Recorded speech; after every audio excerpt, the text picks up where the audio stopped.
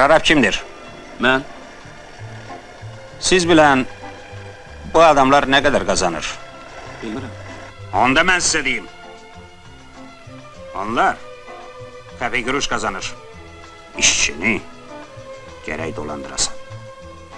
Azərbaycan kinosunun unudulmaz incilərindən biri də uşaqlığın son gecəsidir. Filmin əsas mövzusu uşaqlıq xəyallarına vida edərək böyümək və həyatın məsuliyyətlərini dərk etməkdir. Uşaqlıq ilə gənclik dövründəki keçid mərhələsini, saf duyğuları və ilk məhəbbət həyəcanının necə formalaşmağı izləyiciyə təqdim edilir. Ekran işi, musiqisi, dialoqları və obrazların nümayişi ilə izləyicini təsir altına alır.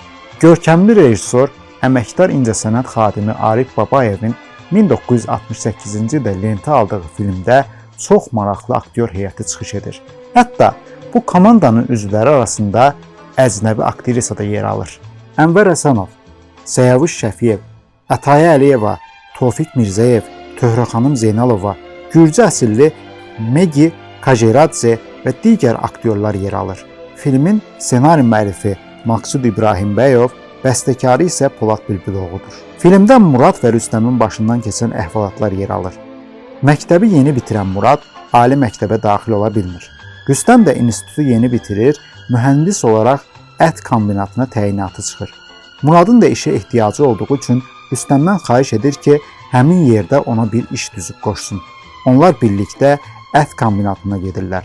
Murad dostunun mühəndis olduğunu düşünərək böyük ümidlə yaxşı vəzifə gözləsə də, Rüstəm prinsipiallığını pozmur. Onu yalnız fəhlə kimi işə qəbul edir. Murad buna görə hər zaman ona deyinirdi. Zaman keçdikcə Rüstəm işində məsuliyyəti, düzgünlüyü və tələbkarlığı ilə fərqlənir. Lakin bu heç kəsin xoşuna gəlmir.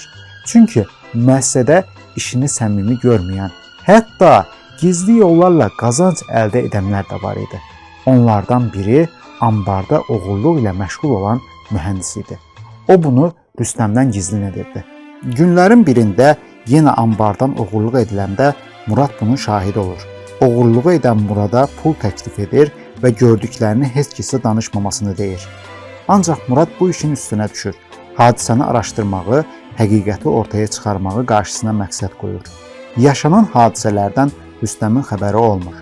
Murad bir neçə dəfə ona demək istəsə də deyə bilmir. Rüstəm isə bu çətin iş mühitində iş yoldaşlarından bir xanıma qarşı saf hisslər bəsləyirdi. Onun təmiz duyğularını bəziləri pis niyyətləri üçün istifadə edir. O xanım vasitəsilə ambarın açarı oğulların əlinə keçir və Rüstəmin nüfuzuna xələl gətirmək planı qurulur. Murad yaşananların gizli şahidi olur. Baş verənləri izləyərək Rüstəmə danışır və bu məsələdən onu xəbərdar edir. Rüstəm eşitdiklərinə inanmaq istəmir. Ancaq daha sonra açarı tapa bilmir və bunun doğru olduğunu başa düşür.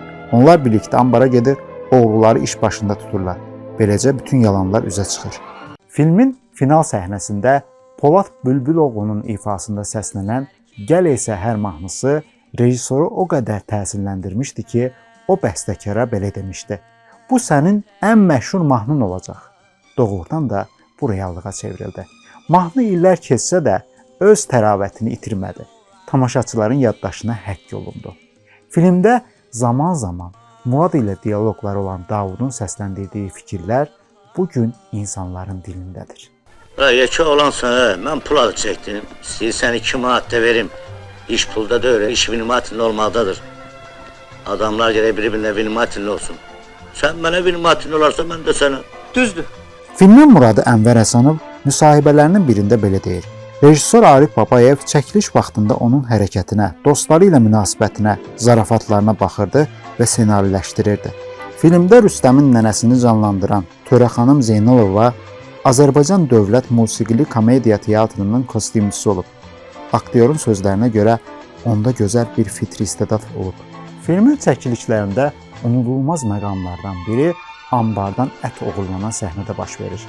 Bu epizodda Murad obrazını canlandıran Ənvər Həsənov ambarın içində olmalı, səs çıxarmadan yalnız baxışları ilə içindəki düşüncə və təəssüratlarını tamaşaçıya çatdırmalı idi. Rejissor Arif Babayev aktyordan tələb edir ki, biraz belə Tərs-tərs bax, içindəki gərginliyi gözlərinlə göstər. Lakin Ənvər Həsənov nə qədər çalışsa da o istənilən ifadəni baxışlarında yarada bilmir. Səhnənin dəfələrlə təkrar çəksələr də rejissor nəticəni bəyənmir.